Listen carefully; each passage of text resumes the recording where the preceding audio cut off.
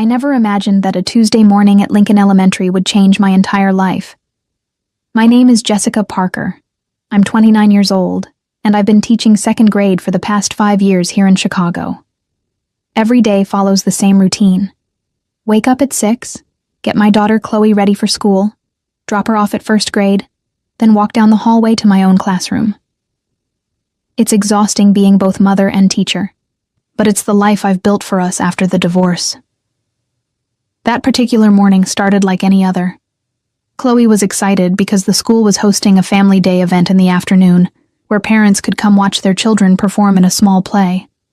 I had rehearsed with my students for weeks, and Chloe's class was also participating. She kept asking if her daddy would come, and each time my heart broke a little more. Brian hadn't shown up for a single school event in the 2 years since our divorce. I'd learned to expect his absence, but Chloe still held on to hope. The gymnasium was decorated with colorful banners and balloons by noon. Parents started arriving early, filling the folding chairs we'd set up in rows. I stood near the stage, checking my clipboard and making sure all the children were ready backstage. My students were nervous and excited, their little faces painted with determination. I spotted Chloe peeking from behind the curtain, her eyes scanning the crowd for a face that wouldn't be there. That's when I first saw him.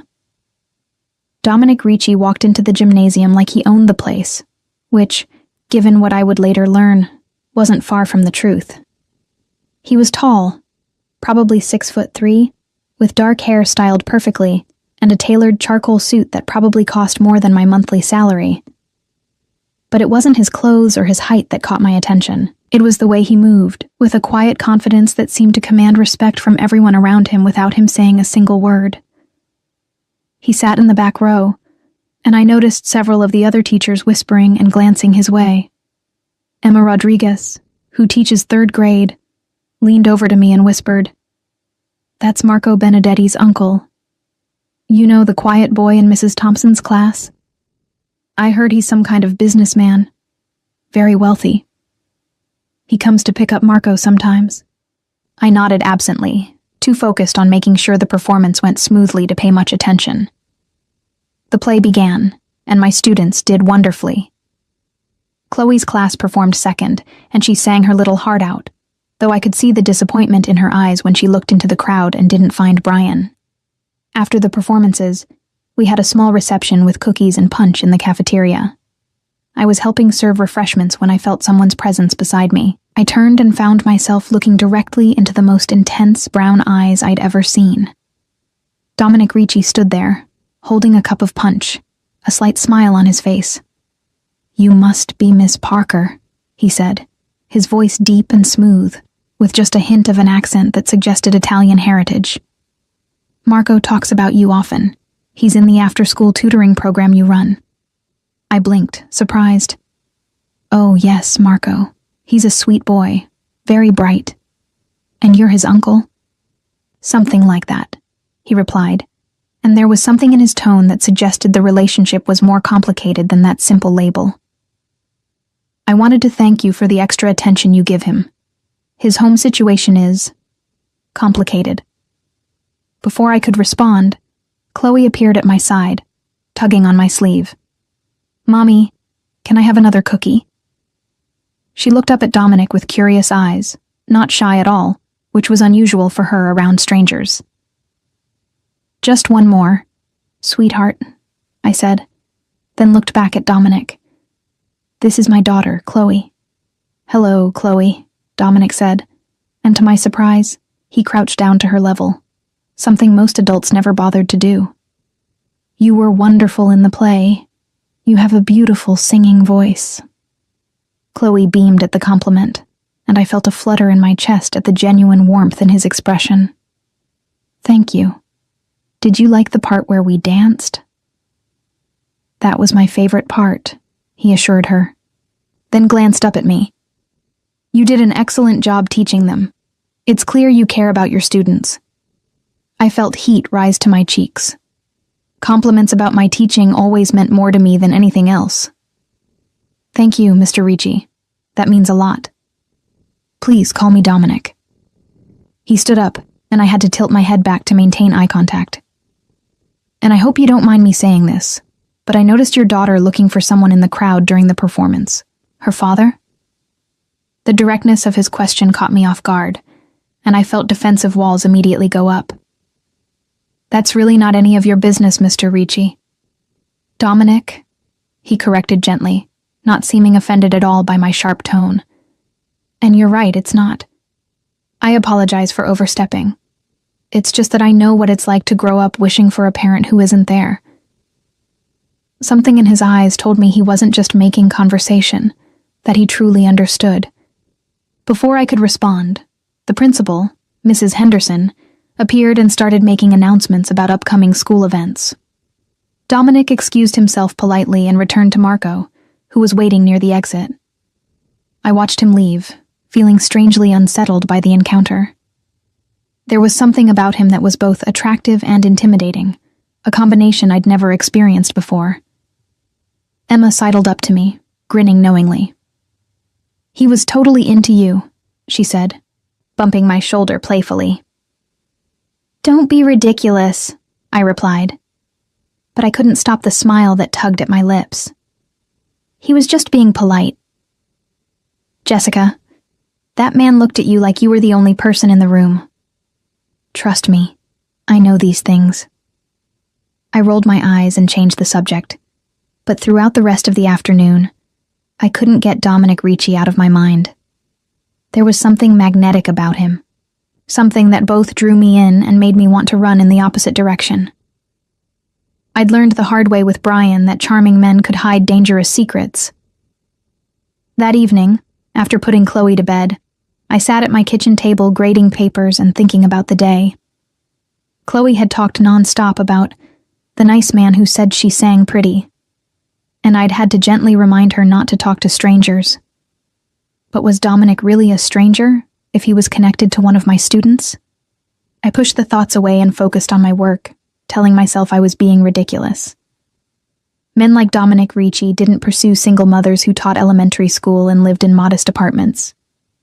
He probably had a girlfriend or wife somewhere, someone sophisticated and worldly who matched his expensive suits and confident demeanor. But as I climbed into bed that night, I couldn't shake the memory of how gentle he'd been with Chloe, how his eyes had softened when he looked at her. And despite all my logical reasons for staying away from men, especially mysterious wealthy men with intense gazes, I found myself hoping I'd see him again. The universe, it seemed, had plans to make that hope a reality much sooner than I expected. The next morning, as I was walking Chloe to her classroom, I saw Dominic in the hallway. He was talking to Marco's teacher, Mrs. Thompson, his hand resting protectively on the boy's shoulder. When he saw me, he smiled, and I felt that flutter in my chest again. "Good morning, Miss Parker," he called out, and several teachers turned to look at us. "Good morning, Mr. Ricci," I replied, trying to sound professional even as Chloe waved enthusiastically at him. He walked over to us, Marco trailing behind him. "I wanted to ask if you might have time to discuss Marco's tutoring schedule. I know you usually meet with parents after school, but my schedule today is complicated." It was a reasonable request, and I couldn't think of a good reason to refuse. "Of course. I have a free period at 10. We could talk in my classroom then?" "Perfect. I'll see you then." He smiled again, and I noticed a small dimple in his left cheek that I hadn't seen yesterday. Then he was gone, walking Marco to his classroom with that same confident stride. Emma appeared at my elbow immediately. "He just made an appointment to see you alone in your classroom," she said, her voice sing-song. "Still think he's just being polite?" I ignored her teasing and took Chloe to her room, but my mind was already racing ahead to 10 o'clock. I told myself it was just a parent conference, nothing more, nothing less. But deep down, I knew something had shifted yesterday in that gymnasium. Dominic Ricci had walked into my carefully constructed life, and nothing was going to be the same again. At precisely 10 o'clock, there was a knock on my classroom door. I'd spent the previous hour trying to focus on my lesson plans while my students were at music class, but my mind kept wandering to the upcoming meeting. I stood up, smoothed down my simple navy dress, and opened the door. Dominic stood there, somehow looking even more imposing in the fluorescent lighting of the school hallway. He'd removed his suit jacket, and his white shirt was rolled up at the sleeves, revealing strong forearms. He held a coffee cup from the expensive cafe downtown in each hand. "I hope you don't mind," he said, offering me one. "I noticed you didn't get to drink your coffee at the reception yesterday because you were too busy taking care of everyone else. Caramel latte, right?" I asked Mrs. Rodriguez. I took the cup, surprised and touched by the gesture. "Thank you. That's very observant. And yes, Emma would know my order. Please come in." He entered my classroom, and I was suddenly aware of how small the space felt with him in it. He looked around at the colorful bulletin boards, the reading corner with its beanbags and bookshelves, the student artwork covering the walls. A genuine smile crossed his face. "This is wonderful," he said softly. "You've created a real sanctuary here. I can see why the children love your class." "Thank you," I said, gesturing to one of the adult-sized chairs I kept for parent conferences. "Please sit." "So, you wanted to discuss Marco's tutoring?" Dominic sat down, and I took the chair across from him, placing a small table between us. He took a sip of his coffee, and I noticed he seemed to be choosing his words carefully. "Marco is a good kid," he began, "but he's been through a lot. His mother, my sister, passed away 3 years ago. His father is not in the picture. I've been his guardian since then, but I travel frequently for business, so he stays with my mother most of the time." "I'm so sorry," I said sincerely. "I didn't know about his mother. He never mentioned it. He doesn't talk about it much, but your after-school program has been good for him. He's more confident, his grades have improved. I wanted to thank you personally and ask if there's anything more I can do to support his education." We spent the next 20 minutes discussing Marco's progress, and I found myself relaxing in Dominic's presence. He asked intelligent questions about teaching methods and truly seemed invested in his nephew's well-being. But there was something else beneath the surface of our conversation, an undercurrent of awareness that had nothing to do with tutoring or education. "Can I ask you something personal?" he said suddenly, after we'd exhausted the topic of Marco's schoolwork. I tensed slightly. "I suppose." "Yesterday, when I mentioned your daughter's father, you got defensive. I apologize again for that. But I've been thinking about it, and I want you to know that if he's causing problems for you or Chloe, I might be able to help." I stared at him, confused and a bit alarmed. "Help how? And why would you want to help us? You don't even know us." Dominic leaned forward, his elbows on his knees, his expression serious. "Let's just say I have resources and connections. And as for why, isn't it enough that I can see a woman struggling to protect her daughter from someone who should be protecting her instead?" My breath caught. How did he know Brian was a threat? I hadn't told anyone at school about the increasingly aggressive texts Brian had been sending, demanding to see Chloe, threatening to take her from me. I'd been handling it alone, like I handled everything. But the fear was always there, lurking beneath the surface. "I don't know what you're talking about," I said, but my voice wavered. Dominic reached into his pocket and pulled out his phone. He tapped the screen a few times, then turned it to face me. On the screen was a photograph of Brian, stumbling out of a bar, clearly intoxicated. The timestamp showed it was from 2 nights ago. "Your ex-husband, Brian Parker, has a DUI on his record from last year," Dominic said quietly. "He was fired from his job 3 months ago. He's currently living with his girlfriend in a studio apartment, and he's been texting you threatening messages about custody. Am I wrong?" I felt cold all over. "How do you know all of that? Have you been investigating me?" "Not you, him. After I saw Chloe's face yesterday, I had someone look into her father. I wanted to know what kind of man would miss his daughter's school performance." His eyes met mine, and there was steel in them now. "I don't like what I found. I should have been angry. I should have told him he had no right to invade my privacy or Brian's. But instead, I felt a wave of relief so powerful it made me dizzy. Someone knew. Someone had seen what I'd been dealing with alone, and they were offering help. "What do you want from me?" I asked, my voice barely above a whisper. "Nothing," he said simply. "I want to help because I can, and because I think you and Chloe deserve better than to live in fear. I'm not sleeping with you in exchange for protection, if that's what you're implying," I said sharply, my defenses going back up. To my surprise, Dominic laughed, a genuine sound of amusement. "Jessica, I'm not offering a transaction. I'm offering friendship and assistance. Though I won't lie and say I'm not attracted to you, I am. Very much so. But that's separate from this." The honesty of his statement took the wind out of my defensive sails. I sat back in my chair, studying him. "Who are you, really? You're not just a wealthy businessman, are you?" "That's a complicated question," he replied carefully. "My family has been in Chicago for generations. We have business interests in various sectors. Some of them are legitimate, some of them exist in gray areas. But I promise you this, I would never do anything to put you or Chloe in danger. My interest in helping you is genuine." I understood what he wasn't saying. I wasn't naive. I'd lived in Chicago my whole life, and I knew there were families, organizations that operated outside the law. The Ricci name, now that I thought about it, was familiar from news reports over the years. I should have run from this man and his offer of help. Every rational part of my brain was screaming at me to thank him politely and end this conversation. But then, I thought about Brian's last text message, sent at 2 a.m. 3 days ago. "I'm coming for her, Jess. You can't keep my daughter from me forever. I'll prove I'm a good father. And then you'll see. The courts will give her to me."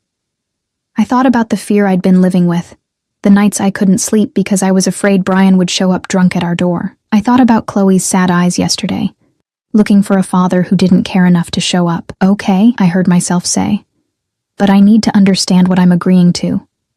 What does your help look like?" Dominic's expression softened. "For now, it means I'll make sure Brian knows he's being watched, that if he tries anything, there will be consequences. It means you have someone to call if he shows up and causes problems. And it means Chloe has someone who will show up at her school events, if you'll allow it." That last part broke through my remaining resistance. "You'd do that? Come to school events?" "I'd be honored to," he said quietly. "Marco's events and Chloe's, if you'll let me." I felt tears prickling at my eyes and blinked them away quickly. "Why? I still don't understand why you care so much about people you barely know." Dominic was quiet for a moment, looking down at his coffee cup. When he spoke again, his voice was heavy with old pain. "My father was a hard man. He was there physically, but never emotionally. He taught me the family business, but he never taught me how to be a good person. My mother tried to make up for it, but she couldn't fill both roles. I grew up wishing for a father who would show up to school events, who would protect me, who would care about more than just the business." He looked up at me, and I saw vulnerability in his eyes that hadn't been there before. When I saw Chloe yesterday, looking for her father in that crowd, I saw myself. And when I talked to you, I saw a woman fighting alone to give her child the life she deserves. I have the power to change that. Why wouldn't I? In that moment, sitting in my classroom with morning sunlight streaming through the windows, I made a decision that would change everything. I decided to trust Dominic Ricci, despite all the warning signs, despite not knowing exactly what his family business entailed, despite the rational voice in my head telling me I was making a terrible mistake. "Okay," I said again, more firmly this time. "But I have conditions. Nothing illegal happens around Chloe, ever. She doesn't need to know about any of this. As far as she's concerned, you're just Marco's uncle who's become our friend. And if at any point I feel like she's in danger because of your involvement in our lives, this ends immediately." "Agreed," Dominic said without hesitation. "You have my word, and that means something in my world." We talked for a few more minutes about practical matters, exchanged phone numbers, and then Dominic stood to leave. At the door, he paused and turned back to me. "Jessica, one more thing. There's a spring festival at the park this Saturday. I'm taking Marco. Would you and Chloe like to join us? Just as friends. No pressure." I thought about Chloe, who had so few opportunities to do normal family activities. I thought about myself, isolated and lonely, always too focused on surviving to actually live. And I thought about the genuine kindness I'd seen in Dominic's eyes when he talked to my daughter. "Okay," I said for the third time that morning, and this time I smiled. Chloe would love that, and so would I. The smile he gave me in return was worth every risk I was taking.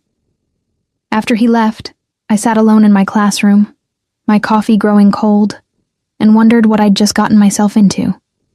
But for the first time in 2 years, I felt something other than fear and exhaustion. I felt hope.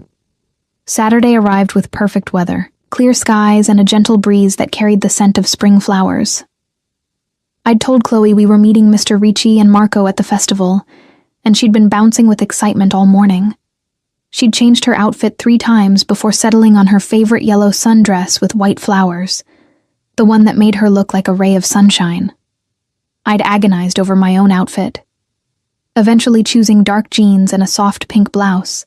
Casual but presentable. As I looked at myself in the mirror, I wondered when I'd stop dressing for myself and started dressing to survive.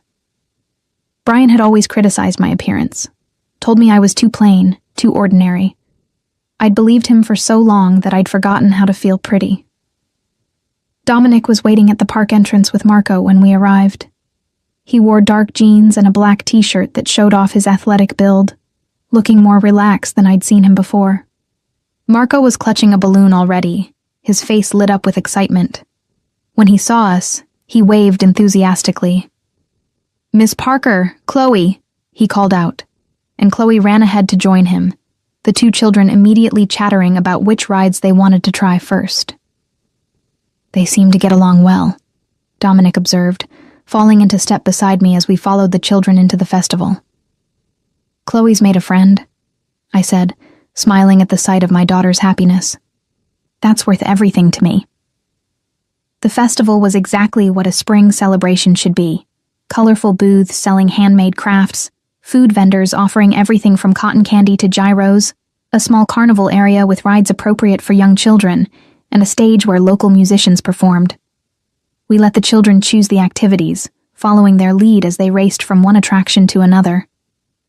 Dominic insisted on paying for everything, waving away my protests. "Please," he said simply, "let me do this." I watched him with the children, and my heart did something complicated in my chest. He was patient and attentive, lifting Chloe onto the carousel horse next to Marco, making sure they were secure before the ride started. He won them both stuffed animals at the ring toss, even though I suspected he'd paid the vendor extra to ensure their success. He bought them ice cream and didn't complain when Marco got chocolate all over his expensive-looking watch. This was what a father should be, I thought. Present. Engaged. Caring about the small moments that children remember forever. We were sitting on a bench, watching the children play in a supervised bounce house, when Dominic's phone rang. His expression changed immediately when he looked at the screen, becoming harder, more guarded. "I need to take this," he said, standing up. "I'll just be a moment." He walked a few feet away, and though I couldn't hear the conversation, I could see the tension in his shoulders, the sharp gestures he made as he talked. This was the other Dominic, the one involved in the family business he'd alluded to. It was a reminder that the gentle man who bought my daughter ice cream was also someone who operated in a world I didn't understand. He returned 5 minutes later, his expression neutral, but his eyes troubled. "Everything okay?" I asked. "Just business," he said, sitting back down beside me. "Nothing for you to worry about." But I did worry, because in that moment, I saw clearly the duality of the man I was letting into my life, and I wondered if I was being foolish, putting my daughter in proximity to someone who might bring danger to our doorstep. As if sensing my thoughts, Dominic turned to me. Jessica, I know what you're thinking. And I promise you, my business life and my personal life are kept completely separate. What I do to earn money has nothing to do with how I feel about you and Chloe. How you feel about us? I repeated, my heart suddenly racing. He held my gaze. Yes. I think you know by now that this isn't just about helping Marco's teacher. I care about you. I care about Chloe. And I want to be part of your lives, if you'll let me. I was saved from having to respond by Chloe's excited voice calling out, Mommy, can we get face painting? Of course, sweetie, I called back, grateful for the interruption. Dominic and I stood up together, and I was acutely aware of his presence beside me as we walked toward the face painting booth. The artist painted a butterfly on Chloe's cheek and a tiger on Marco's. They admired each other's designs in the mirror, giggling and making exaggerated faces. It was such a normal, sweet moment that I let myself relax and just enjoy the day. That's when I saw him. Brian was standing near the funnel cake stand, about 30 feet away, staring directly at us. My blood ran cold. He looked terrible, unshaven and rumpled, his eyes bloodshot. And he was watching Chloe with an expression that sent panic racing through my veins. My hand instinctively reached out and grabbed Dominic's arm. He immediately sensed something was wrong and followed my gaze. When he saw Brian, his entire demeanor changed. His body went rigid, his jaw clenched, and he stepped slightly in front of me, positioning himself between Brian and the children. That's him? He asked quietly, his voice deadly calm. Yes, I whispered, my voice shaking. We need to get the children out of here. But before we could move, Brian started walking toward us.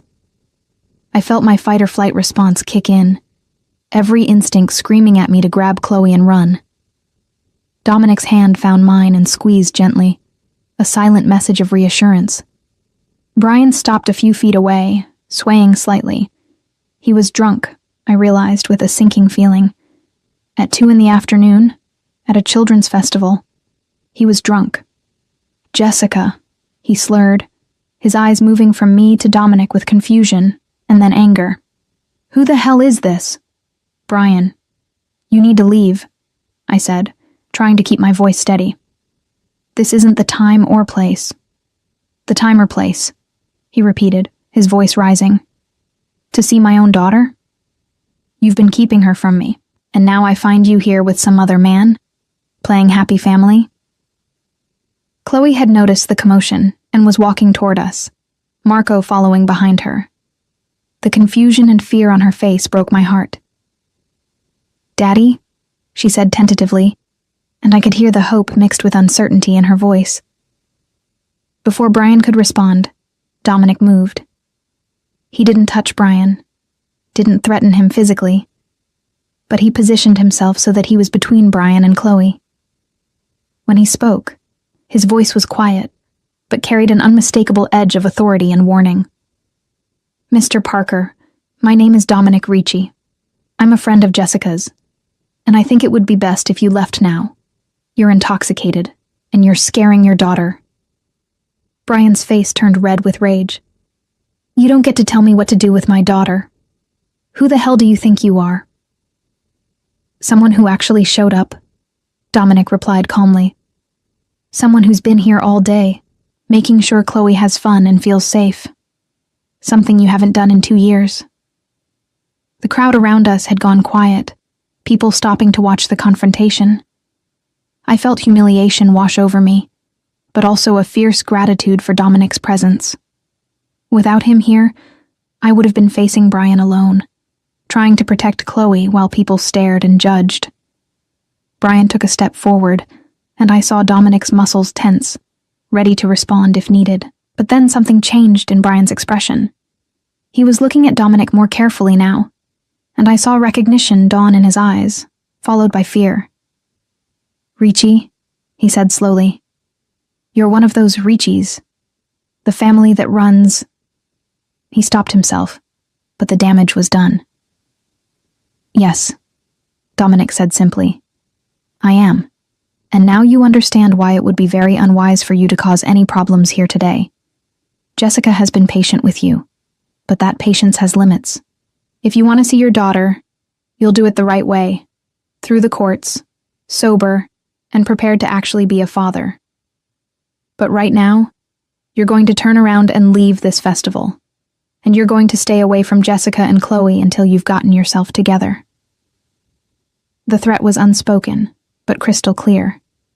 Brian's face had gone pale, and he was backing away now, his earlier bravado completely deflated.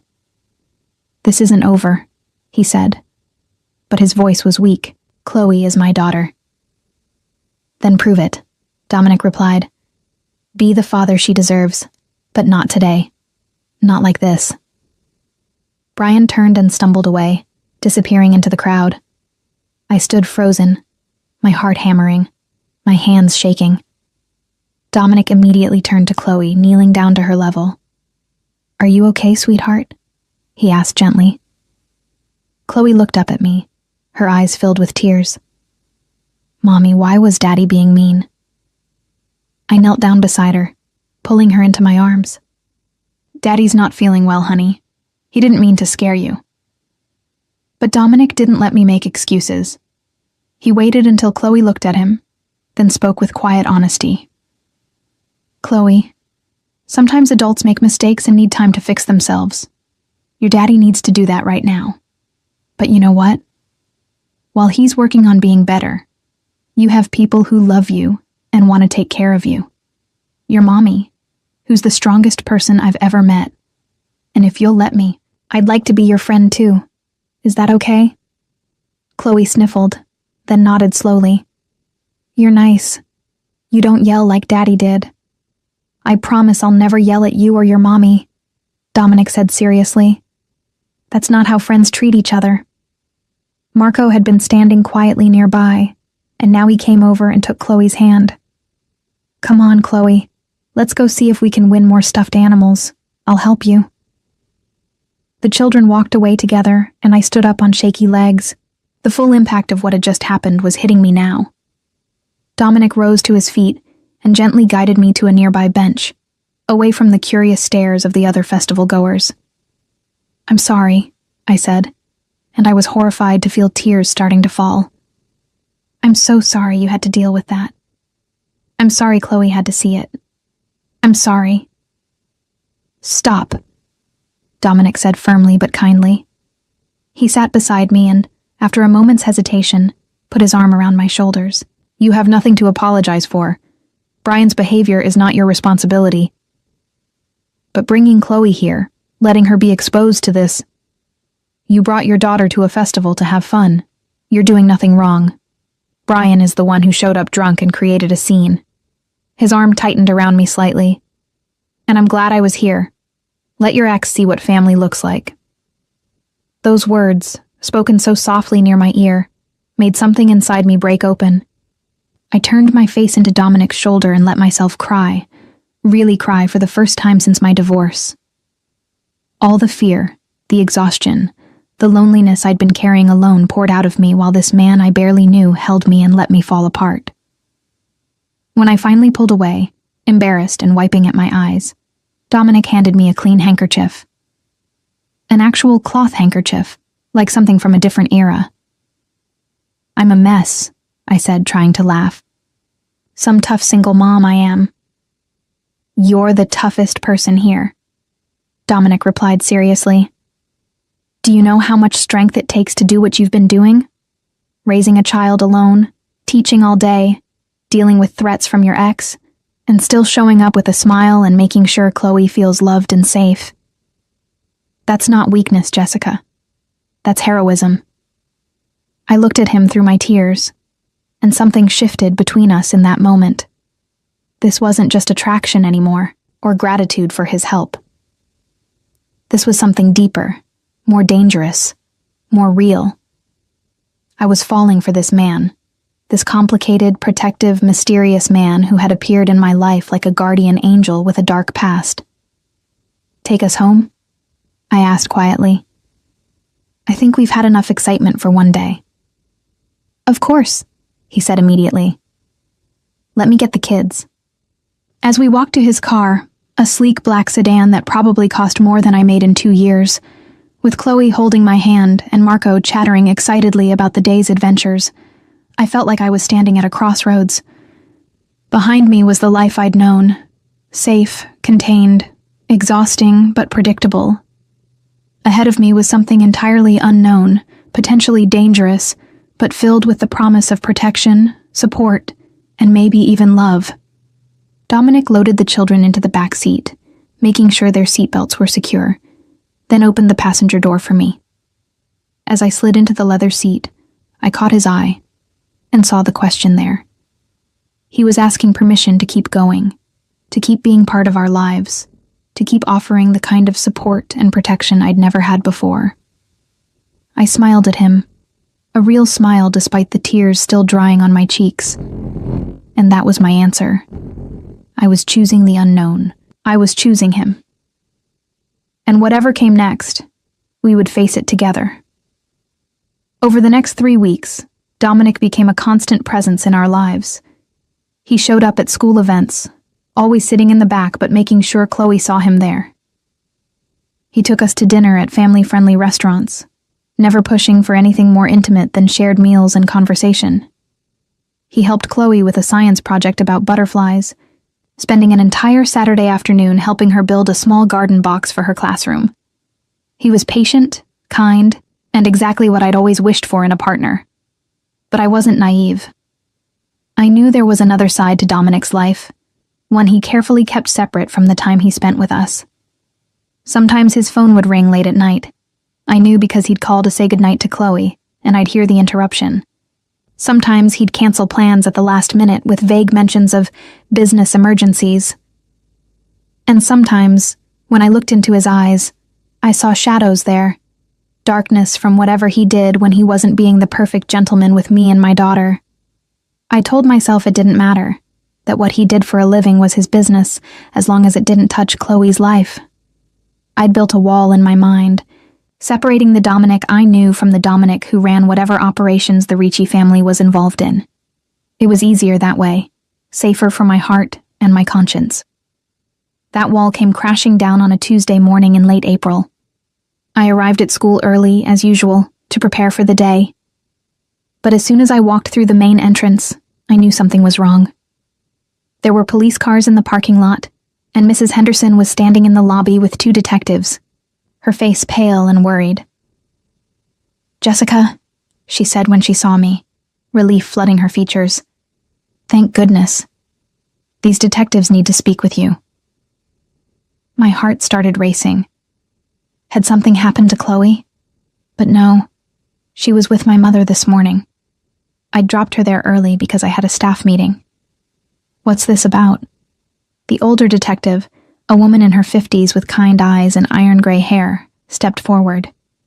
"Miss Parker, I'm Detective Sarah Morrison, and this is my partner, Detective James Chen. We need to ask you some questions about Dominic Ricci." The bottom dropped out of my stomach. I must have gone pale because Mrs. Henderson immediately guided me to a chair in the administrative office. The detectives followed, and once the door was closed, Detective Morrison sat across from me while her partner leaned against the wall, his pen poised over a notepad. "How long have you known Mr. Ricci?" Detective Morrison asked gently. "About a month," I answered, my voice sounding strange to my own ears. "He's the guardian of one of our students, Marco Benedetti. Why? What's happened?" The detectives exchanged glances. "We're investigating the Ricci family's business operations," Detective Chen said. "We have reason to believe they're involved in illegal activities, including money laundering, extortion, and possibly worse. We've learned that Mr. Ricci has been spending significant time with you and your daughter. We're concerned for your safety." I felt like I'd been punched in the stomach. I'd known, on some level, that Dominic's family was involved in questionable activities. But hearing it stated so bluntly, in official police terms, made it real in a way it hadn't been before. "He's never done anything to put us in danger," I said. hearing the defensiveness in my voice. He's been nothing but kind to me and my daughter. That's how men like Dominic Ricci operate, Detective Morrison said, not unkindly. They're charming, protective. They make you feel safe. But Miss Parker, the reality is that association with him puts you at risk. Rival organizations, federal investigations, the violence that's inherent to his world. All of that could touch your life and your daughter's life.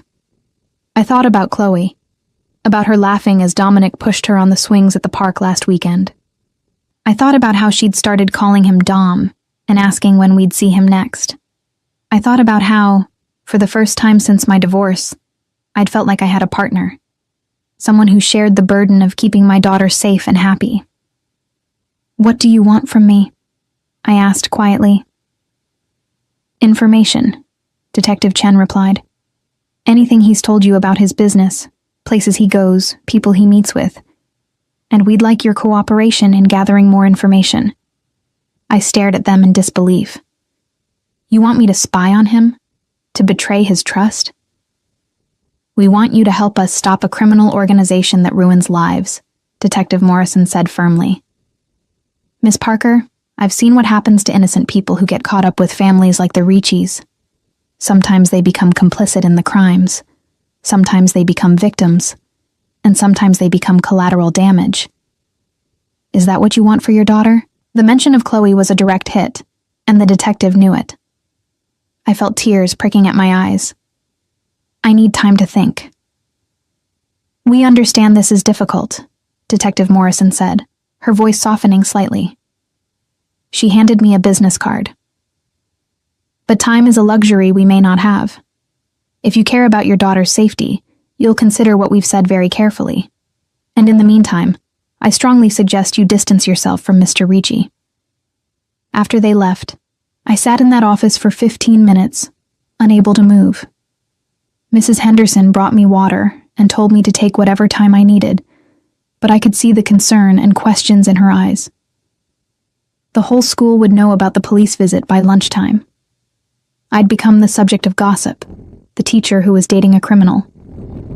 I went through the motions of teaching that day, but my mind was elsewhere. When the final bell rang, and I walked down the hallway to collect Chloe from after-school care, I saw Dominic's car in the parking lot.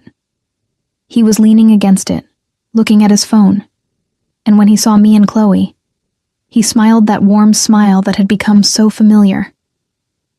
Chloe ran to him, as she always did now, and he scooped her up, making her giggle. The sight of them together, so natural and easy, made my heart ache. How could I reconcile the man I'd come to care for with what the detectives had said? "Hey," Dominic said when I reached them, his smile fading as he studied my face. "What's wrong?" "We need to talk," I said quietly, glancing at Chloe. "Alone." Understanding flickered in his eyes, along with something that looked like resignation. "Okay, let me take you both home, and then we'll talk." The drive to my apartment was quiet, Chloe chattering in the back seat about her day, while Dominic and I maintained a tense silence in the front. When we arrived, I asked my neighbor, Mrs. Chen, if she could watch Chloe for a bit. The older woman agreed readily. She loved Chloe, and often babysat for me. Once Chloe was safely next door, I invited Dominic inside. He stood in my small living room, looking larger than life among my modest furniture, and waited for me to speak. "The police came to school today," I said, without preamble. "Detectives. They're investigating your family. They told me about the money laundering, the extortion. They said being around you puts me and Chloe in danger." Dominic's expression didn't change, but I saw his jaw tighten. "And what do you think?" "I think you've been lying to me by omission," I said, anger flooding through me now. "You told me your business existed in gray areas. You made it sound like maybe you cut some corners, maybe bent some rules. You didn't tell me you're involved in serious organized crime." "Would you have given me a chance if I had?" he asked quietly. "No," I shouted, then lowered my voice, aware that my walls were thin. No, I wouldn't have. Because I'm a mother, Dominic. My first responsibility is keeping my daughter safe. And you've made me compromise that. He stepped closer, and I instinctively stepped back. Hurt flashed across his face, but he stopped moving. I have never, and would never do anything to hurt you or Chloe. Everything I've done has been to protect you both. Protect us from what? I demanded. From Brian? You did that by making veiled threats using your reputation as a criminal. Do you know how that makes me feel? I relied on fear tactics from a mobster to keep my ex-husband away from my daughter. He was threatening you, Dominic said, his voice rising now too. He was drunk, potentially violent. I did what I had to do to keep you both safe. By revealing who you really are. I was crying now, hot tears of anger and betrayal streaming down my face. The detectives want me to inform on you, to help them gather evidence. They gave me their card and told me that staying close to you makes Chloe a target. Dominic went very still. And what did you tell them? I told them I needed time to think, I said, wiping at my tears furiously. But I know what I have to do, Dominic. I have to think of Chloe first, always. And you think I don't? He asked, and now I could hear pain in his voice. Jessica, I've been falling in love with you, with both of you. I know my world is dark. I know what I do isn't right by most people's standards. But with you and Chloe, I've had a glimpse of something different. Something good and pure that I never thought I could have. His words hit me like a physical blow. Don't, I whispered. Don't say that now. Why not? It's the truth. He ran his hand through his hair, a gesture of frustration I'd never seen from him before. I'm not going to apologize for who I am or what I do. My family's business is what it is, and I have responsibilities I can't walk away from. But I swear to you, on everything I hold sacred, that I will never let that world touch you or Chloe. You are separate, protected. But that's not possible, I said, feeling defeated. The detectives made that very clear. Just knowing you, just being seen with you, puts us at risk. There are rival families, federal investigations, violence that could spill over into our lives. How can I take that risk with my daughter? Dominic was quiet for a long moment. When he spoke again, his voice was heavy. Then what do you want me to do? Walk away? Pretend the last month never happened?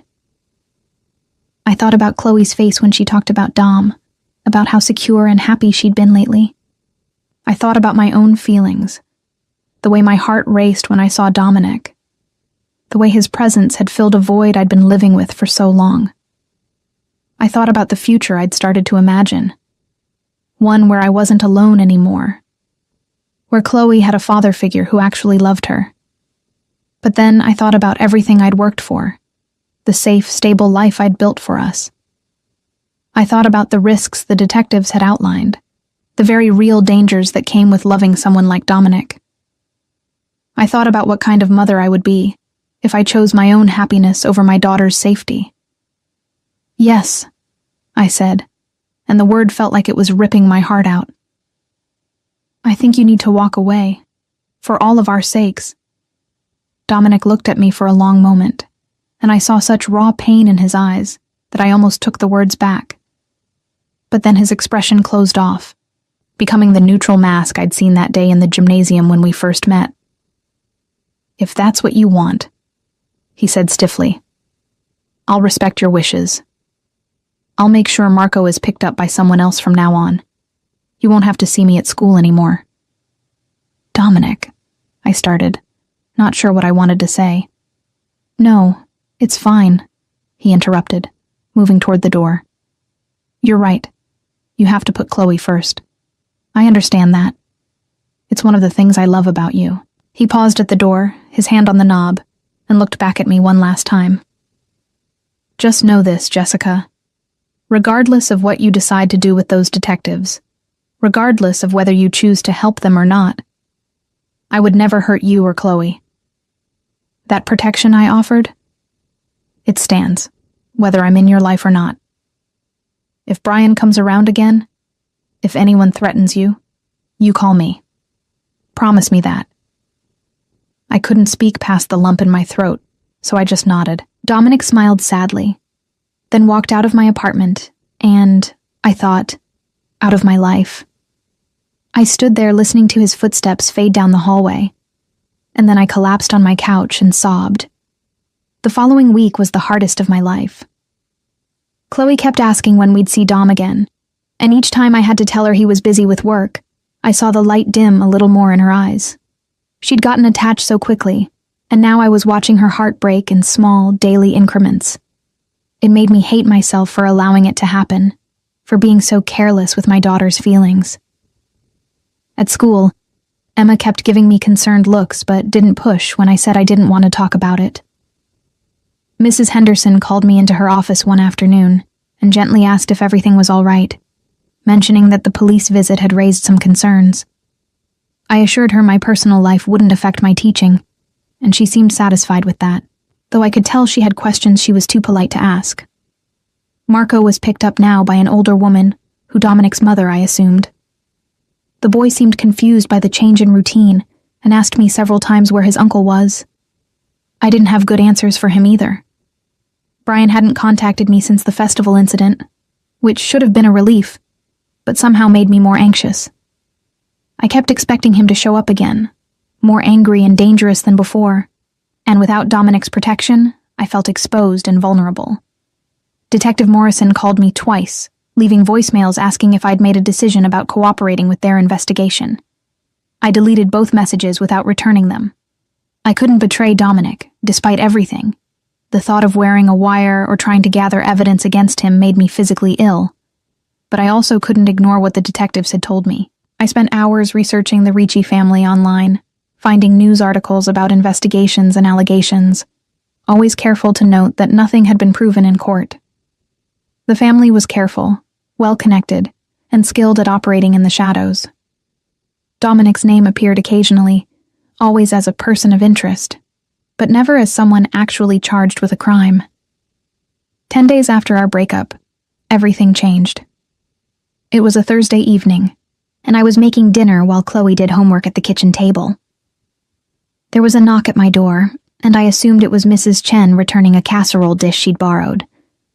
But when I looked through the peephole, my blood ran cold. Brian stood in the hallway, and he wasn't alone. A woman I didn't recognize stood beside him, professionally dressed in a suit, carrying a briefcase. Brian looked sober for once, his hair combed, wearing clean clothes. That scared me more than his previous drunken appearance had. I opened the door but kept the chain lock engaged. "What do you want, Brian?" "We need to talk, Jess," he said, and his voice was steady, almost reasonable. "This is my attorney, Margaret Richardson. I've filed for joint custody of Chloe. We're here to discuss the terms." My heart started pounding. "You can't be serious. You've barely seen her in 2 years. You showed up drunk to a children's festival. No court will give you custody." The attorney stepped forward. "Miss Parker, my client has completed a 30-day rehabilitation program. He's been sober for over 2 weeks now and is committed to being an active father in his daughter's life. We're not trying to take Chloe away from you entirely, but Mr. Parker has rights, and he's exercised those rights through the proper legal channels." "I need to see the papers," I said, my mind racing. "I need to get my own lawyer." Of course," Margaret said smoothly, pulling documents from her briefcase and passing them through the narrow opening I'd created. "But Miss Parker, there's something else you should know. We're aware of your relationship with Dominic Ricci, and we believe that exposing a minor child to a known criminal associate constitutes a significant concern regarding your judgment as a parent." I felt like I'd been slapped. I'm not in a relationship with anyone, and Dominic has never been charged with any crime. "But he's been investigated multiple times," Brian said, and there was a triumphant gleam in his eyes that made me want to slam the door in his face. "And you let him around our daughter." What were you thinking, Jess? Getting involved with a mobster? Get out, I said, my voice shaking. Both of you. My lawyer will be in touch. I closed the door and leaned against it, the legal papers clutched in my hand. From the kitchen, I heard Chloe call out, "Mommy? Who was that?" "Nobody, sweetie," I called back, forcing my voice to sound normal. "Just someone with the wrong apartment." But as I looked down at the custody filing in my hands, I knew everything had just gotten infinitely more complicated. Brian was using my association with Dominic against me, and I had no idea how to fight back. That night, after putting Chloe to bed, I did something I'd been avoiding. I pulled out Detective Morrison's card and stared at it for a long time. If I helped the police, if I testified about Dominic's activities, it might help my custody case. It would prove I'd severed ties with him, that I was cooperating with law enforcement. It might be the difference between keeping my daughter and losing her to Brian. But the thought of betraying Dominic made me sick. Despite everything, despite the way we'd ended things, I still cared about him. More than cared. I was in love with him, had been for weeks, even though I'd been too scared to admit it. The thought of wearing a wire, of recording his conversations, of potentially sending him to prison, I couldn't do it. I was trapped between two impossible choices: betray the man I loved to keep my daughter, or stay silent and risk losing her anyway. I didn't sleep that night. I lay in bed, staring at the ceiling, running through scenarios in my mind. By the time morning came, I'd made a decision. I was going to call Dominic. I needed his help, but more than that, I needed to see him, to tell him the truth about how I felt, before it was too late. I waited until Chloe was at school, and my morning classes were done. During my lunch break, I stood in my empty classroom and dialed his number with shaking hands. He answered on the second ring. "Jessica." His voice was cautious, concerned. "Is everything okay? Is Chloe all right?" "We're fine," I said quickly. "But I need to see you. Can you meet me after school? It's important." There was a pause. "Of course." "Where?" "The coffee shop near the school. The one where you got me that latte the first time we talked." "I'll be there at 4, he promised. "Jessica, whatever's wrong, we'll figure it out." The afternoon crawled by. I taught my lessons on autopilot, my mind already jumping ahead to the conversation I needed to have. When the final bell rang, I practically ran to my car, drove the 2 blocks to the coffee shop, and arrived 15 minutes early. Dominic was already there, sitting at a corner table. He stood when he saw me come in, and I was struck by how tired he looked. There were shadows under his eyes, and his expression was guarded, like he was bracing himself for bad news. I got a coffee I didn't want, and joined him at the table.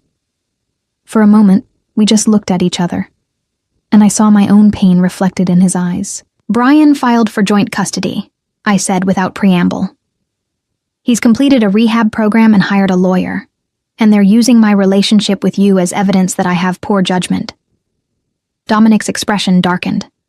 "That son of a—" He stopped himself, visibly controlling his anger. "When did this happen?" "Last night. He showed up at my apartment with his attorney."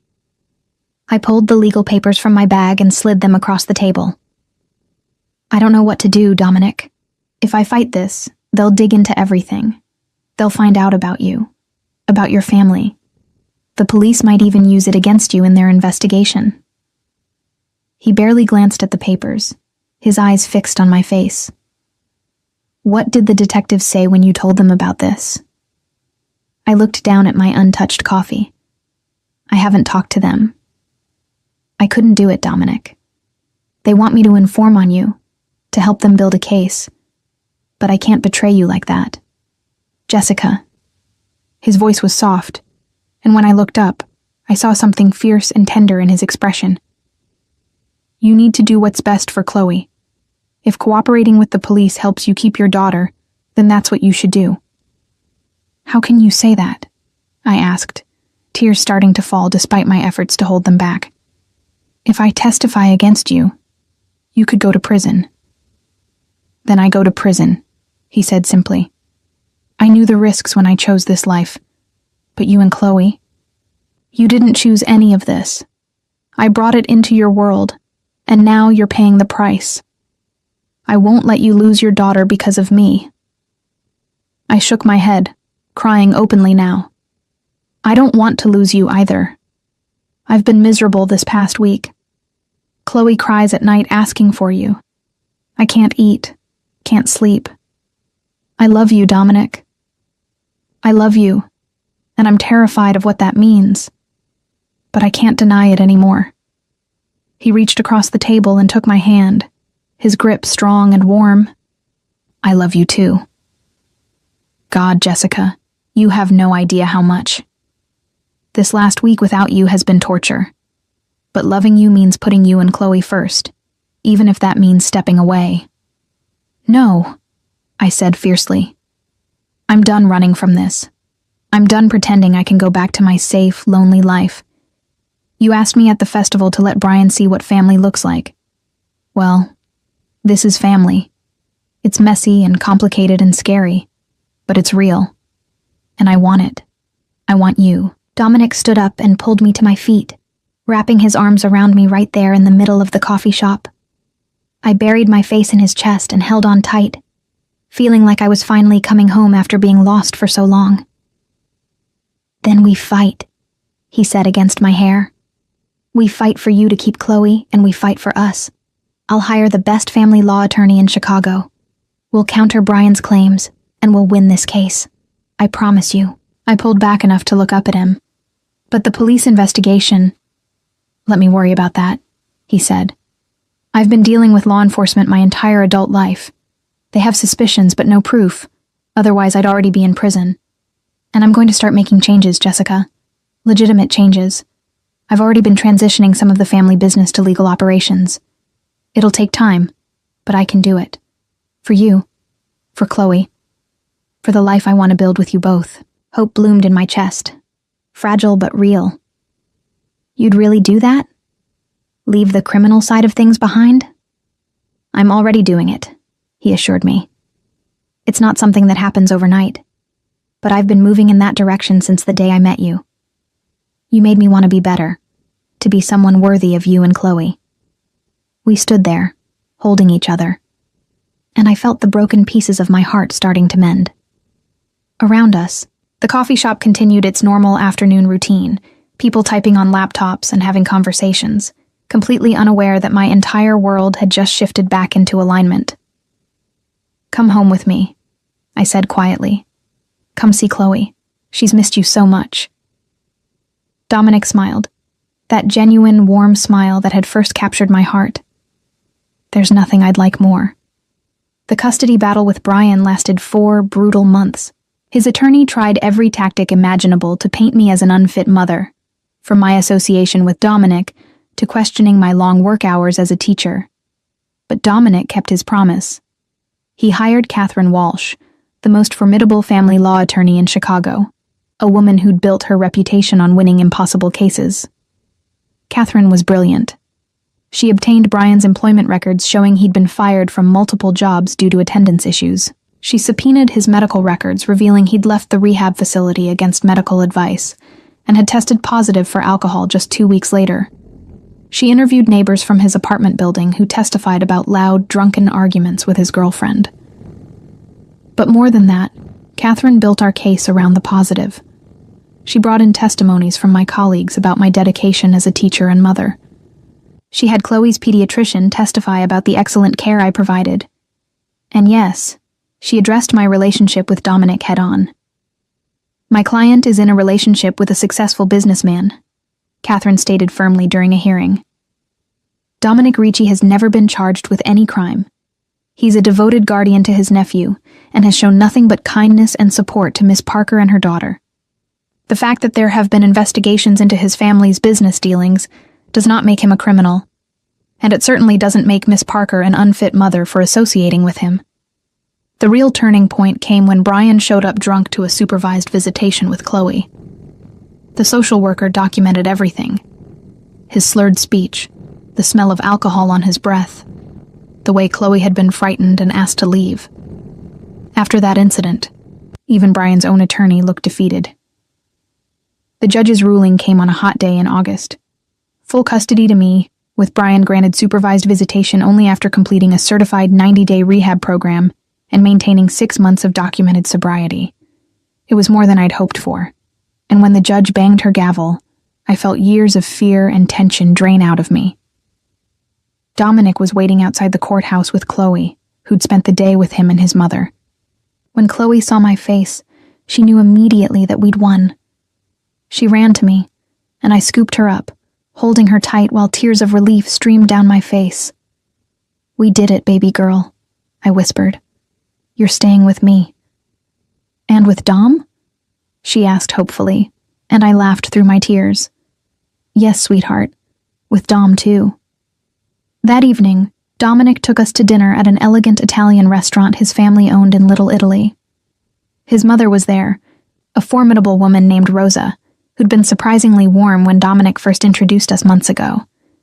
Marco was there too, delighted to have his uncle and his favorite teacher at the same table. It felt like a celebration, but also like the beginning of something new. After dinner, while Marco and Chloe played in the restaurant's small courtyard garden under Rosa's watchful eye, Dominic and I stood at the railing overlooking the city lights. "I've been thinking about what you said," he began, his arm around my waist. "About making changes, going legitimate. I've been working with some business consultants, restructuring the family operations. It's going to take another year, maybe 2, but I can get us completely legal.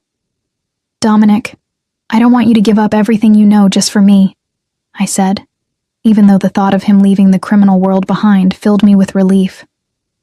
"It's not just for you," he replied, pulling me closer. "It's for me too. I'm tired, Jessica. Tired of looking over my shoulder. Tired of living in a world where trust is a weakness and loyalty is bought with fear. When I'm with you and Chloe, I feel like I can breathe for the first time in my life. That's worth more than any amount of money or power." I turned to face him, reaching up to touch his face. "I love you."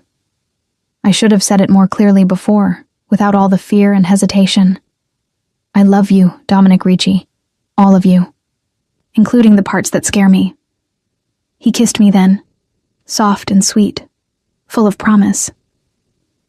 When we pulled apart, he reached into his jacket pocket and pulled out a small velvet box. My heart started racing. "I know it's fast," he said, opening the box to reveal a stunning diamond ring. "And I'm not asking you to marry me tomorrow.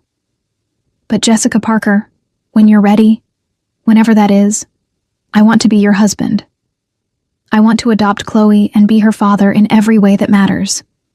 I want to build a life with you both that's honest and real and full of all the love we deserve." I looked at the ring, then at Dominic's face, seeing the vulnerability and hope there. In the background, I could hear Chloe's delighted laughter as Rosa showed her how to make a wish on a dandelion. This was the family I'd dreamed of during my darkest days with Brian, the one I'd thought I'd never have. "Yes," I said, and watched joy transform Dominic's face. "Not tomorrow, and maybe not even next year. But yes, eventually, when we're both ready. I want all of that too." He slipped the ring on my finger, and it fit perfectly, catching the streetlight and throwing sparkles across my hand. We kissed again, deeper this time, sealing the promise we were making to each other. The next months passed in a blur of happiness punctuated by continued hard work. Dominic was true to his word, gradually transitioning the Ricci family business into legitimate enterprises. It wasn't easy, and there were moments when his connections to the old world created tension. But he never wavered in his commitment to building a different life. Detective Morrison called me one more time, asking if I'd reconsidered cooperating with their investigation.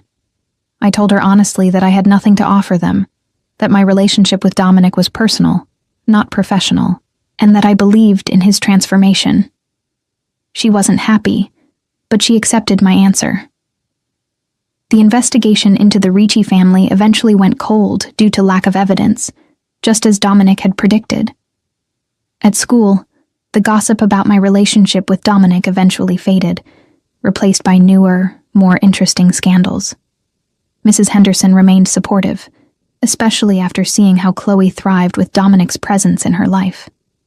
Emma became one of my closest friends, always ready with advice and someone to watch Chloe when Dominic and I needed time alone. Chloe blossomed.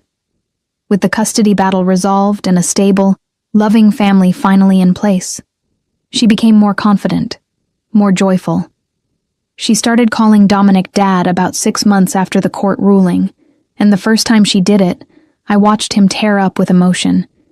He was everything a father should be, present at her school events, helping with homework, teaching her to ride a bike, reading bedtime stories in different funny voices that made her giggle. A year after that day outside the courthouse, we had a quiet wedding in Rosa's backyard, with only close family and friends present. Chloe was my maid of honor, wearing a dress the same shade of pink as mine. Marco was Dominic's best man, standing proud beside his uncle. It was small and intimate, and perfect. During our vows, Dominic spoke not just to me, but to Chloe too. "I promise to be the father you deserve," he said, looking at my daughter with such love that I felt my heart might burst. "To protect you, guide you, and love you unconditionally for the rest of my life. You and your mother are my family now, and family is everything." After the ceremony, as we cut the cake and Chloe fed both of us bites with her little hands, I thought about how far we'd come. A year and a half ago, I'd been a single mother barely surviving, protecting my daughter from an abusive ex-husband, terrified and alone. Now I stood surrounded by people who loved us, married to a man who'd transformed his entire life to be worthy of our love. Brian made one last attempt to re-enter Chloe's life about 6 months after our wedding. He'd completed a rehab program and wanted to resume supervised visits. We agreed, because despite everything, I believed children deserved the chance to know their biological parents if it could be done safely.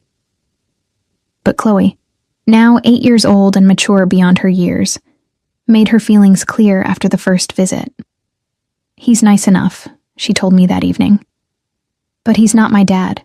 Dom is my dad. Brian is just Brian." We continued the supervised visits for a few months. But Brian's interest waned when he realized Chloe wouldn't be swayed from the family she'd chosen. Eventually, the visits stopped altogether, and though it made me sad for what might have been, I accepted it. Chloe had the father she needed, and that's what mattered. 2 years after our wedding, Dominic completed the final transition of the family business. The Ricci name was now associated with legitimate real estate development, several successful restaurants, and a chain of auto repair shops. There were no more late-night phone calls that made his expression go hard and distant. No more mysterious business emergencies that took him away. He'd kept his promise, and in doing so, had become the man I always knew he could be. On a Sunday morning in late spring, I woke to find Dominic and Chloe in the kitchen making breakfast. They were laughing about something, flour somehow ending up on both their noses. The scene was so perfectly domestic, so wonderfully normal, that I stood in the doorway just watching them for a moment. Dominic looked up and saw me, his face lighting up with that smile I'd fallen in love with. "Good morning, beautiful.